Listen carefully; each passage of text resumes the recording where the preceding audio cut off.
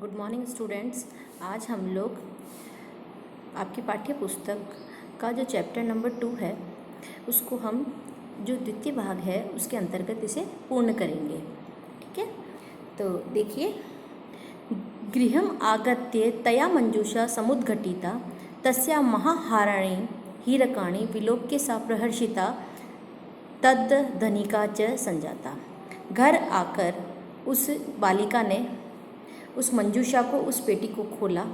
वहाँ पर उसने बहुत हीरे, जवाहरात, हार, स्वर्ण आदि को देखकर वह बहुत अत्यधिक प्रहर्षित अर्थात खुश हुई और तद धनिका च संजाता, और वह धनी बन गई। ठीक है, फिर देखिए नेक्स्ट। तस्मिन्नेव ग्रामे एका अपरा लुब्धा वृद्धा न्यवसत। उसी गांव में एक दूसरी, जो लुब्धा का मतलब होता है लालची वृद्धा रहती थी। तस्या अपि एका पुत्री आसीत्, उसकी भी एक पुत्री थी। ईर्ष्या सा तस्य स्वर्णकाकस्य रहस्य अभिज्ञातवती। ईर्ष्यावश उसने अपनी बातों में लगाकर उसे उसका सारा भेद जान लिया, उसका सारा जो रहस्य था, क्योंकि वह भोली भाली थी तो उसने सारा रहस्य अपना बता दिया। सूर्या तपे तंडुल निक्षिप्य तस्या स्वसुता रक्षार्थम नियुक्ता। उसने भी सूर्य की रोशनी के अंदर चावलों को धूप के अंदर दे दिया और उसने भी उसकी रक्षा के लिए उसे नियुक्त कर दिया। तथैव स्वर्ण पक्ष काके तंडुलान भक्ष्यन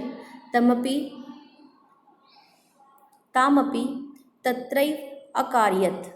ठीक है, उसे स्वर्ण पंखों से युक्त जो कौवा था वह उन तंडुल को खाने के लिए आया तो उसने उनको फटकारा और एकदम उसे डांट दिया।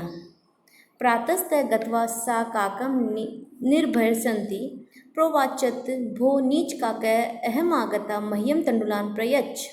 ठीक है, उसने भी बोला, कौवे को डांटते हुए उसने बोला, हे नीच काक, मेरे तंडुल का मुझे मूल्य दो। काको अब्रवीत अहम त्वत्कृते सोपानम अवतारयामी। वही जो घटना उसके साथ हुई थी वह उसके घर पे उसको मूल्य के लिए बुला देता है और वह बोलता है कि मैं तुम्हें मूल्य दूंगा।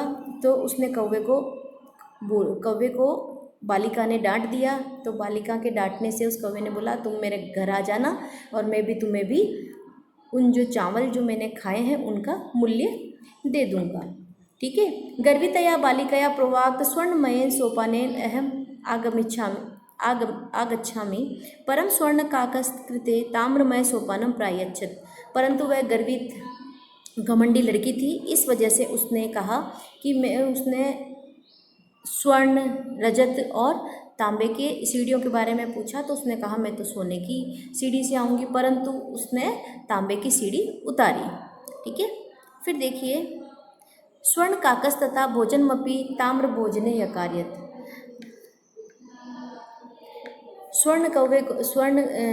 स्वर्ण और सोने से युक्त जो कौवा था उसने उस बालिका से पूछा, तुम भोजन सोने की, चांदी की या तांबे की किस थाली में करोगी? तो उसने सोने की थाली मांगी, परंतु उसने उसे तांबे की थाली में ही भोजन दिया। प्रतिनिवृत्ति काले स्वर्ण काकेन कक्षाभ्यंतर तीसरो मंजूषा तत्पुरः समुत्थिता। प्रतिनिवृत्ति काले स्वर्ण काकेन, वही सारा कार्य होने के बाद में जो सोने का कौवा था उसने कमरे के अंदर जाकर 3 मंजूषाएं लाया। लोभविष्टा, लोभ से युक्त जो थी, लोभ से युक्त थी, उसने सबसे बड़ा वृहद अर्थात सबसे बड़ा जो बक्सा था वह लिया, यानी सबसे बड़ी मंजूषा ली। गृहम आगत्य सहातर्षिता यावद मंजूषात उद्घाटयति तावतस्याम भीषण कृष्ण सर्पो विलोकित। जैसे उसने घर गई और अत्यधिक एक्साइटमेंट के अंदर अत्यधिक उत्तेजित होकर उसने जल्दी से वह जो बक्सा था सबसे बड़ा वाला उसे खोला तो उसने उसमें देखा कृष्ण सर्प, जो काला नाग होता है, कोबरा, वह निकला। लुब्धया बालिकया लोभस्य फलम प्राप्तम। लालची कन्या को उसके लोभ का परिणाम प्राप्त हुआ, क्योंकि जो पहले वाली कन्या थी उसने अपने नियम कायदे कानूनों पे वह रही। उसने निर्धन होते हुए भी लालच नहीं किया, परंतु जो दूसरी कन्या थी लालची वृद्धा की, उसने लालच किया, इस कारण से उसे लालच का फल मिला। तदंतरम सा लोभम परित्यज्य, उसके बाद से उसने लोभ को त्याग दिया, लालच को उसने त्याग दिया। इसी के साथ में यह आपका जो पाठ है स्वर्ण काका है वह कंप्लीट होता है। अब इसके हम शब्दार्थ देखेंगे। देखिए पहला देखिए दुहिता। दुहिता का मतलब होता है पुत्री, सुता।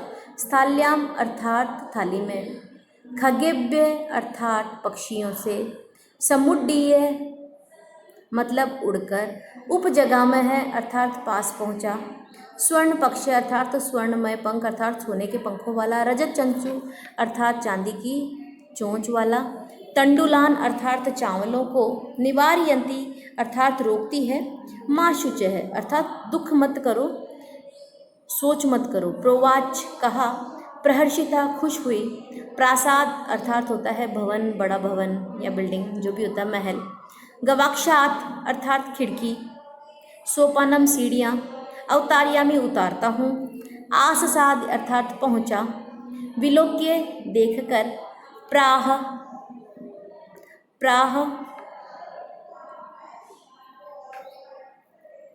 कहा, प्रातराश सुबह का नाश्ता, व्याजहार कहा, पर्यवेशितम परोसा गया, महाहाराणी बहुमूल्य, लुब्धा लोभी, निर्बसंती निंदा करती हुई, फिर है परित्यजत अर्थात छोड़ दिया। इसी प्रकार ये हमारा चैप्टर कंप्लीट होता है। इस पाठ के सेकंड भाग में हम लोग इस पाठ का जो आधा हिस्सा बचा था, आधा भाग बचा था, उसे कंप्लीट कर चुके हैं और शब्दार्थ हो गए हैं। इसका जो थर्ड पार्ट होगा उसमें हम प्रश्नोत्तर करेंगे। ठीक है, थैंक यू।